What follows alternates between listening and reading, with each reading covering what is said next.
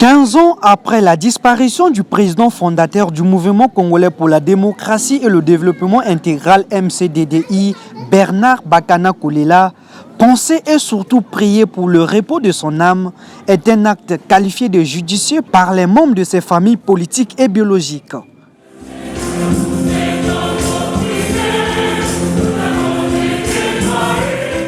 À l'image de la devise du Congo faisant la promotion de l'unité nationale dans toutes ses dimensions, les responsables des partis politiques, tant de la majorité que de l'opposition, ont été invités par l'abbé Vincent Massengo, vicaire de la paroisse Saint-Pierre-Claver de Bakongo, à se mettre sur la route de la cohésion et de la paix, gage du développement harmonieux et durable. Au cours de cette Eucharistie, nous allons demander cette grâce, de redevenir ce que nous chantons dans la congolaise, l'unité dans la diversité.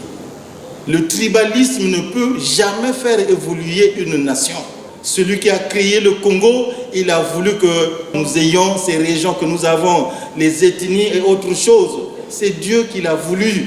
Les souvenirs de l'héritage et de la vision politique de cette grande figure de la politique congolaise restent inoubliables pour les militants et sympathisants du MCDDI. Il reste en nous, non pas seulement dans notre parti, mais en tant qu'homme politique et même homme du peuple. Qu'est-ce que je retiens de Bernard Kolela? Mais tous les messages qu'il nous a laissés, toutes les valeurs qu'il a véhiculées, ces valeurs de fraternité, de concorde.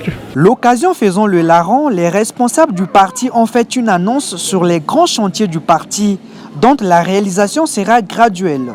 Non, le parti s'organise, comme toujours. On s'organise. Pour le moment, nous avons une majorité présidentielle.